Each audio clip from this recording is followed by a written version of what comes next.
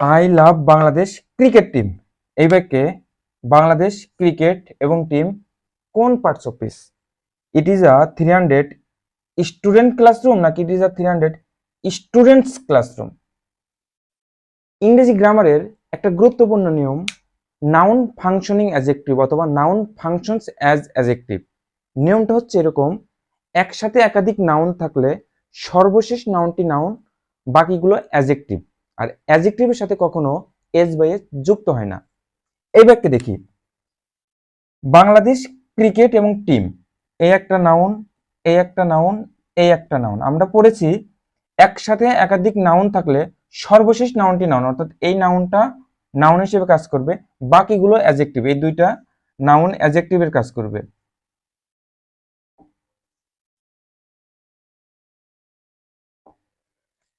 আরেকটা শিখেছি যে একসাথে একাধিক নাউন থাকলে সর্বশেষ নাউনটি নাউন, বাকিগুলো অ্যাজেক্টিভ। আর অ্যাজেক্টিভের সাথে কখনো এস বাই এস যুক্ত হয় না।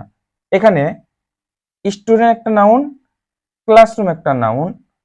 তো এইখানে সর্বশেষ নাউনটি নাউন, এই ক্লাসরুমটা নাউন হিসেবে ব্যবহৃত হয়েছে এবং এই দুইটার একটা অ্যাজেক্টিভ হিসেবে ব্যবহৃত হবে।